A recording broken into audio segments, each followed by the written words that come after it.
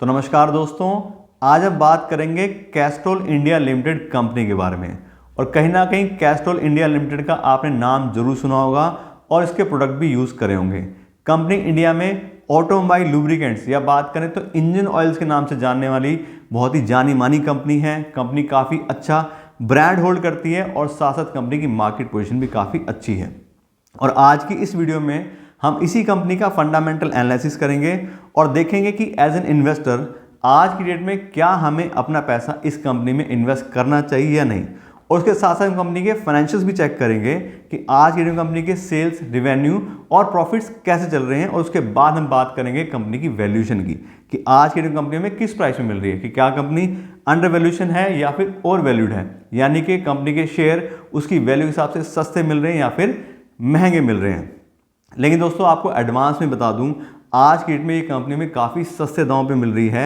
सिर्फ 17 के price by earning ratio पे ट्रेड करें इस कंपनी के शेयर्स, और साथ साथ पिछले एक साल के अंदर लगभग 20% के आसपास कंपनी के शेयर प्राइस में इजाफा हुआ है, इंक्रीज हुआ है शेयर प्राइस। पहले तो बात करते हैं कंपनी के जो शेयर्स हैं वो इतने कम प्राइस पे जो हैं वो उसका रीज़न क्या है मेनली। तो उसका जो मेन रीज़न वो है इलेक्ट्रिकल व्हीकल्स की एंट्री। अभी तक जितनी भी गाड़ियां चलती थी, चाहे टू व्हीलर हो या फोर व्हीलर हो, वो पेट्रोल डीजल वाली होती थी। और उन सब गाड़ियों के अंदर मोबिलिटी के लिए और उसके लुब्रिकेंट्स की ज़रूरत पड़ती थी। हर 6 महीने में या साल में उनकी सर्विस करानी पड़ती थी और हर बार उनमें इंजन ऑयल चेंज होता था और काफ़ी सारे दूसरे लुब्रिकेंट भी यूज़ होते थे। लेकिन जो इलेक्ट्रिकल व्हीकल्स हैं उसमें जो मोटर लगी होती है उसमें कोई सर्विसिंग की रिक्वायरमेंट नहीं है, कोई लुब्रिकेंट की रिक्वायरमेंट नहीं है, वो ऐसे ही साल दर साल चलती रहती हैं। तो अगर इलेक्ट्रिकल व्हीकल ज़्यादा आ जाते हैं या ज़्यादा डिमांड में हो जाते हैं तो उस वजह से क्या होगा कि कैस्ट्रॉल के जो प्रोडक्ट्स हैं उनकी डिमांड घटेगी, तो कंपनी की सेल्स भी कम हो जाएगी। इसी वजह से पिछले 2 साल के अंदर काफ़ी ज़्यादा शेयर प्राइस कंपनी का डाउन हुआ था, लेकिन पिछले 1 साल बात करें तो काफ़ी अच्छे से वापस इंक्रीज़ हुआ है।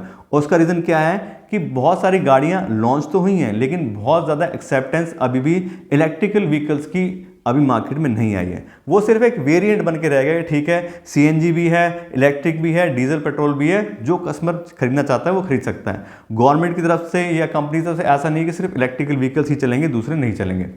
तो उस हिसाब से देखें तो वापस से लोगों को समझ में आने लग गया है कि बहुत ज़्यादा डर नहीं है इलेक्ट्रिकल व्हीकल्स का इस तरह की कंपनी के ऊपर। वो एक वेरिएंट की तरह काम करेंगे, लेकिन पेट्रोल डीजल की जो पकड़ है वो काफ़ी स्ट्रॉन्ग है। साथ साथ हम बात करें ऑटोमोबाइल कंपनी की सेल्स के डेटा की, तो वो भी आप देखोगे तो हर साल इंक्रीज़ हो रहे हैं।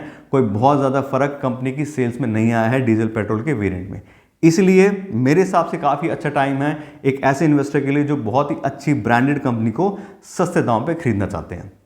तो ये तो होगी कंपनी के बारे में बात कि लोगों ने क्यों इसका प्राइस मतलब कम हो गया, लोगों ने शेयर बेचने क्यों शुरू कर दिए थे, लेकिन वापस से अब मार्केट में पकड़ इसकी आने लगी है।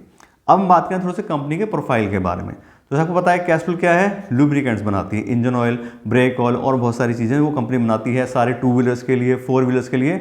और इंडिया में बात करें तो बहुत सारे जो नामी ब्रांड हैं जैसे मारुति सुजुकी है, हुंडई है, होंडा है, इन सब के साथ में कंपनी की पार्टनरशिप है, प्रेफर्ड ब्रांड है, ऑलरेडी वो इसके प्रोडक्ट यूज़ करते हैं।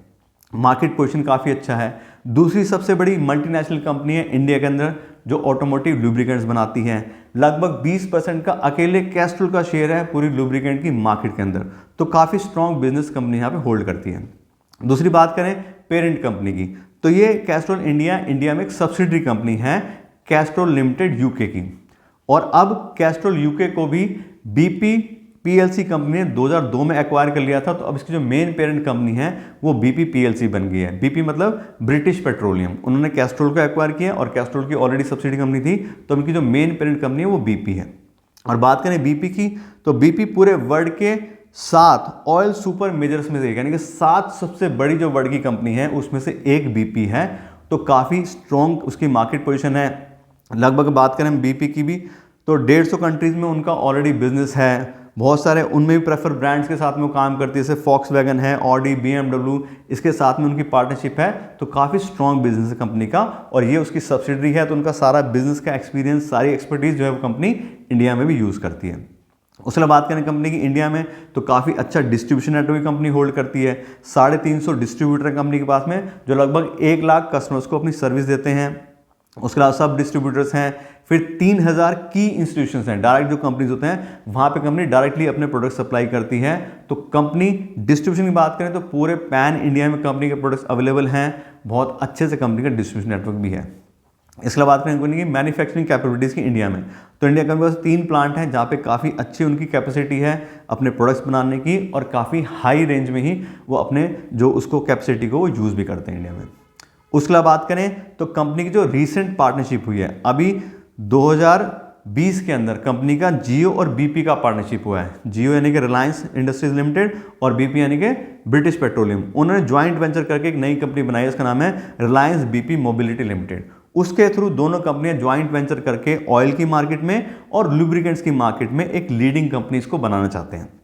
और जो खासकर कैस्ट्रोल को उसका फायदा हुआ है वो ये है कि ऑलरेडी पेट्रोल पंप थे रिलायंस वालों के, उन्हीं पेट्रोल पंप में अपने प्रोडक्ट भी कंपनी ने सेल करने शुरू कर दिए हैं जो लुब्रिकेंट्स के वो बनाते हैं, तो वहां से भी कंपनी काफ़ी अच्छी सेल जो यहाँ पे जो है वो बढ़ गई है।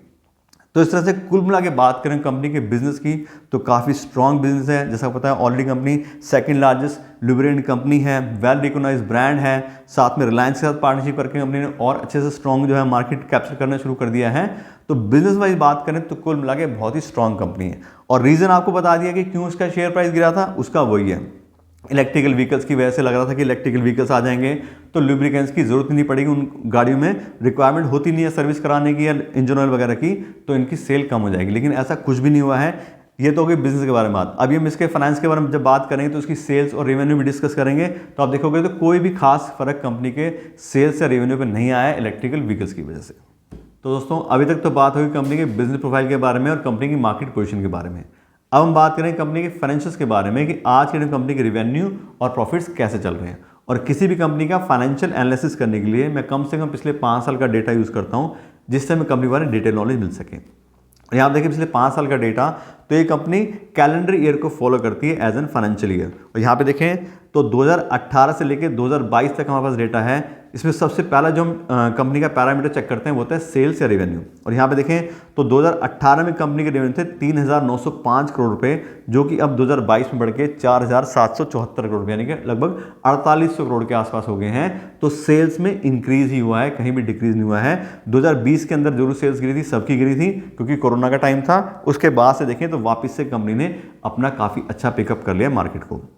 ऐसी बात करें कंपनी के पिछले 5 साल के सेल्स ग्रोथ के CAGR की, तो पिछले 5 साल में कंपनी ने 6% के CAGR से ग्रोथ करी है।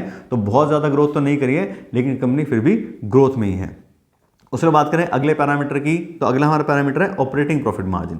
यहाँ पे देखें तो पिछले 5 साल से कंपनी 25%, 27% काफ़ी अच्छा healthy operating profit margin maintain कर रही है। और अच्छे ऑपरेटिंग प्रॉफिट मार्जिन से हमें ये पता लगता है कि कंपनी अपना सेल्स प्राइस जो है वो काफ़ी अच्छे से मैनेज कर पा रही है, कॉम्पिटिटर रख पा रही है, इसलिए कंपनी को प्रॉफिट हो रहे हैं। प्लस साथ साथ अपनी जो कॉस्ट है, मैन्युफैक्चरिंग कॉस्ट है, उसको भी काफ़ी अच्छे से मैनेज कर रही है, इन्फ्लेशन को मैनेज कर रही है, तभी कंपनी एक कंसिस्टेंट जो है वो ऑपरेटिंग प्रॉफिट यहाँ पे मैनेज कर पा रही है।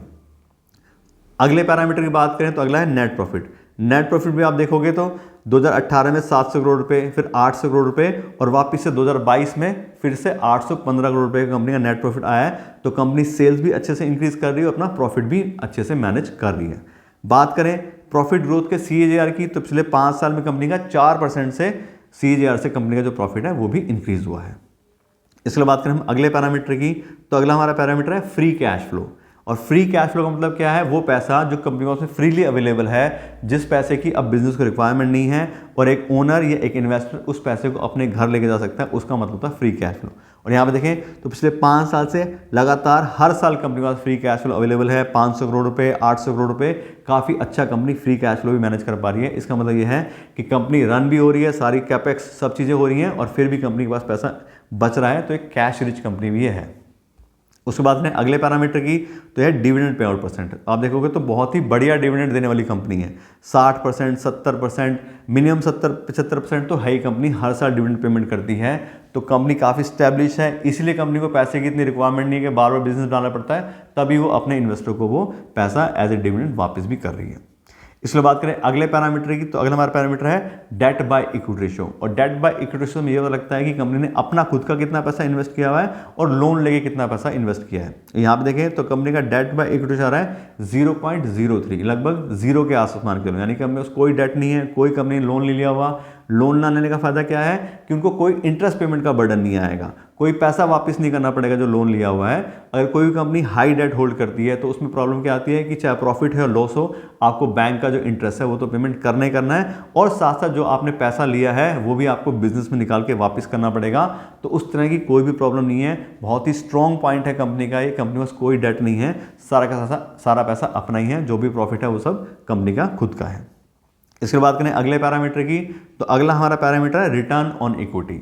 और रिटर्न ऑन इक्विटी जिस नाम से पता लग रहा है कि जो पैसा इन्वेस्टर अपना कंपनी के साथ इन्वेस्ट करते हैं एज एन इक्विटी, कंपनी उसके पैसे के ऊपर कितना रिटर्न जनरेट कर पाती है।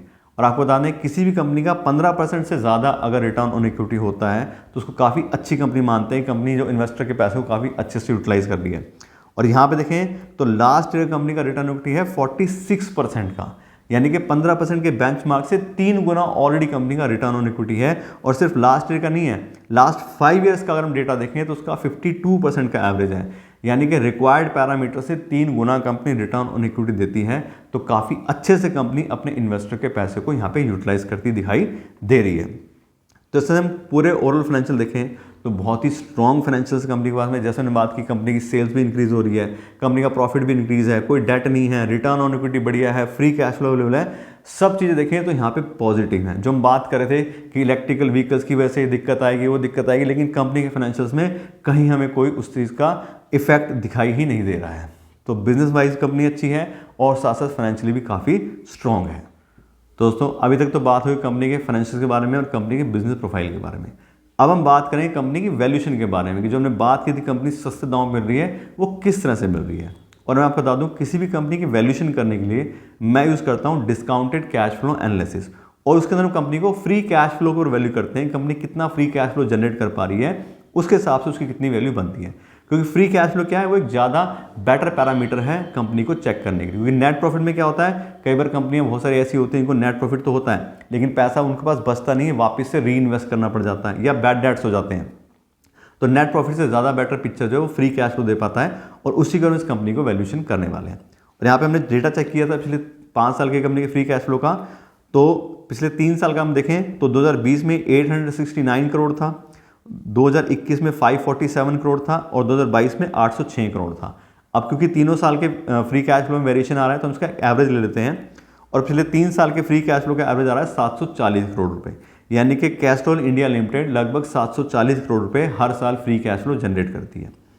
अब इस फ्री कैश फ्लो के साथ जो पूरी कंपनी की वैल्यू बनती है वो आती है 37,000 करोड़ रुपए, यानी कि अगर हम 740 करोड़ रुपए कमाना चाहते हैं तो 37,000 करोड़ रुपए हमें कैस्ट्रॉल इंडिया लिमिटेड में इन्वेस्ट करने पड़ेंगे, तो हमें 740 करोड़ रुपए हर साल फ्री कैश फ्लो मिलेगा।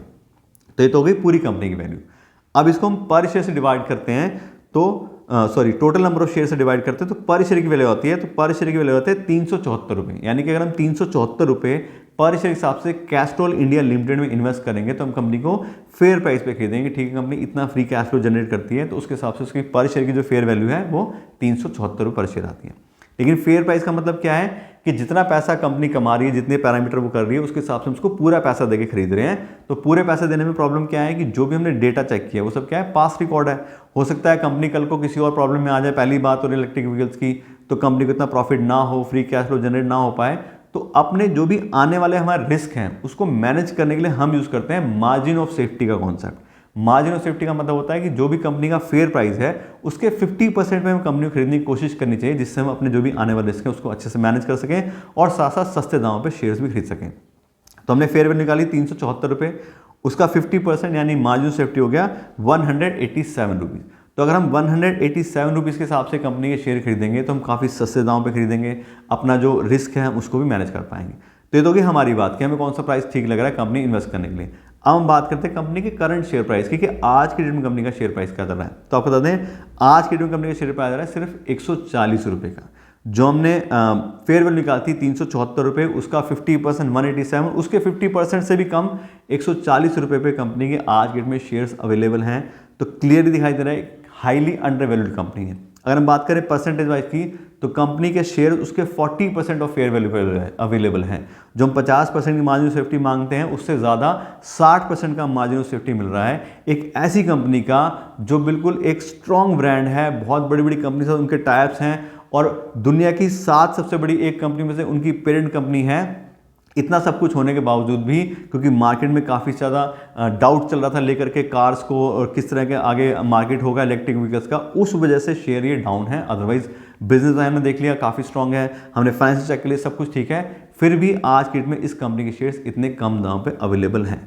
तो मेरे हिसाब से तो बहुत अच्छा टाइम है एक ऐसे इन्वेस्टर के लिए जो इस तरह की कंपनी में अपना पैसा इन्वेस्ट करना चाहते हैं और साथ साथ थोड़ा रिस्क भी ले सकते हैं। हो सकता है कल को सिचुएशन चेंज हो, जो भी चीज़ें हो, लेकिन आज की डेट जो डेटा दिखाई दे रहा है उस हिसाब से कंपनी सस्ती है और स्ट्रॉन्ग बिजनेस होल्ड करती है। लेकिन फिर भी बात है कि हमारे कहने से आपको बिल्कुल भी नहीं लेना है, हमारी कोई रिकमेंडेशन नहीं है। आप अपने हिसाब से देखिए और रिसर्च कीजिए और फिर आप डिसाइड कीजिए कि आपको इस कंपनी इन्वेस्ट करना है या नहीं करना है। लेकिन कंपनी के बारे में आपको डिटेल नॉलेज दे दी है, बहुत बढ़िया कंपनी है, आप सब चीज़ें देख ही चुके हैं और कुल मिला के हमारे हिसाब से तो काफ़ी अच्छी कंपनी है।